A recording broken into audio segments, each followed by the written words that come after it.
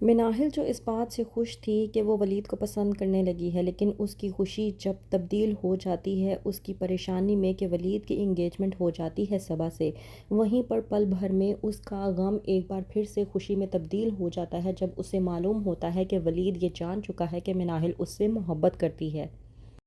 ڈرامے کے next episode میں آپ لوگ دیکھیں گے کہ میشا جس نے زین سے پسند کی شادی کی تھی اور اس کی طلاق کروا دی تھی مناہل سے یہ کہہ کر کہ اگر تم میرے ساتھ رہنا چاہتے ہو تو تمہیں مناہل کو طلاق دینی ہوگی، آج وہی میشا زین کو خود طلاق دے رہی ہے یہ کہہ کر کہ میں تمہارے طعنے سن سن کر تھک چکی ہوں،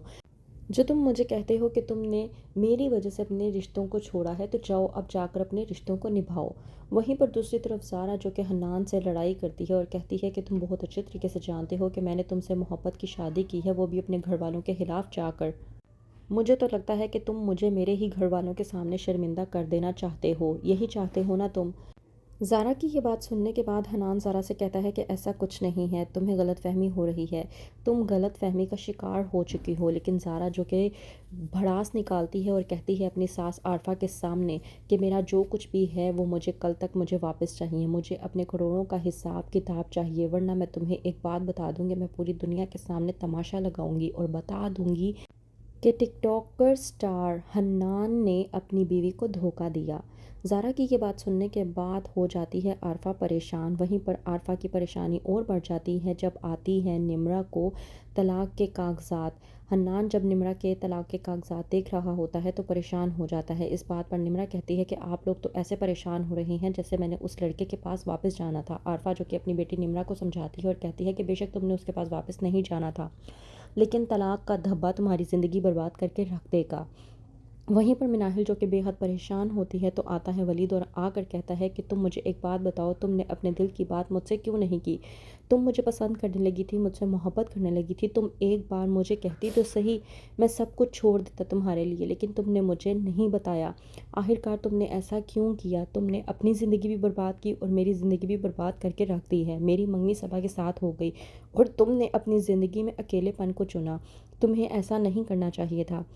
ولید کی یہ بات سننے کے بعد مناہل کو کہیں نہ کہیں خوشی ہوتی ہے کہ آخرکار ولید اس کے دل کی بات جان چکا ہے، لیکن ولید جسے اس بات کا افسوس ہو رہا ہے کہ اس نے صبا سے منگنی کر لی ہے۔ وہیں پر ولید کہتا ہے مناہل سے کہ تم اس گھر سے مت جانا، تم یہاں پر موجود ہوتی ہو تو میرے دل کو تسلی رہتی ہے، ورنہ نہ چاہتے ہوئے بھی پتہ نہیں کیوں میں تمہارے بارے میں سوچتا رہتا ہوں۔ وہیں پر زارا جو کہ اپنی ہی ساس اور اپنے شوہر کو تگنی کا ناچ نچانے کی کوشش کر رہی ہے اور کہتی ہے کہ تم لوگوں کا تو میں وہ حشر کروں گی کہ ساری زندگی تم لوگوں کو یاد رہے گا کہ تم لوگوں کا پالا کس سے پڑا تھا۔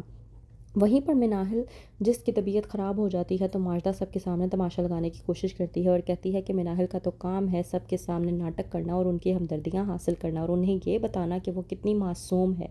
جبکہ ایسا نہیں ہے۔ نرگس جو کہ مناہل سے کہتی ہے کہ تمہیں پریشان ہونے کی ضرورت نہیں ہے، میں دعا کروں گی کہ اللہ تعالیٰ تمہیں تمہاری زندگی میں خوشیاں عطا فرمائے۔ مناہل جو کہ نرگس سے کہتی ہے کہ آنٹی ایسا کچھ نہیں ہے، میری زندگی میں تو شاید خوشیاں ہیں ہی نہیں، اور اگر خوشیاں ہوتی بھی ہیں تو میری قسمت میں جو خوشیاں لکھی ہوتی ہیں وہ مجھ سے اسی وقت چھن جاتی ہیں، اور شاید اب میری قسمت میں کوئی بھی خوشی باقی نہیں ہے۔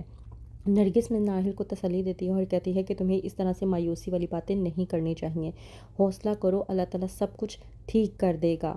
وہیں پر ولید اور مناہل جن کی محبت تو شروع ہو چکی ہے لیکن ان کے درمیان میں آ چکی ہے صبا دیوار بن کر، تو کیا صبا کو معلوم ہو جائے گا اور وہ ولید اور مناہل کے راستے سے ہٹ کر وہاں سے چلی جائے گی؟ کیا ہوگا آگے؟ مزید جاننے کے لیے دیکھتے رہیے ڈرامہ سیریل پتھر دل۔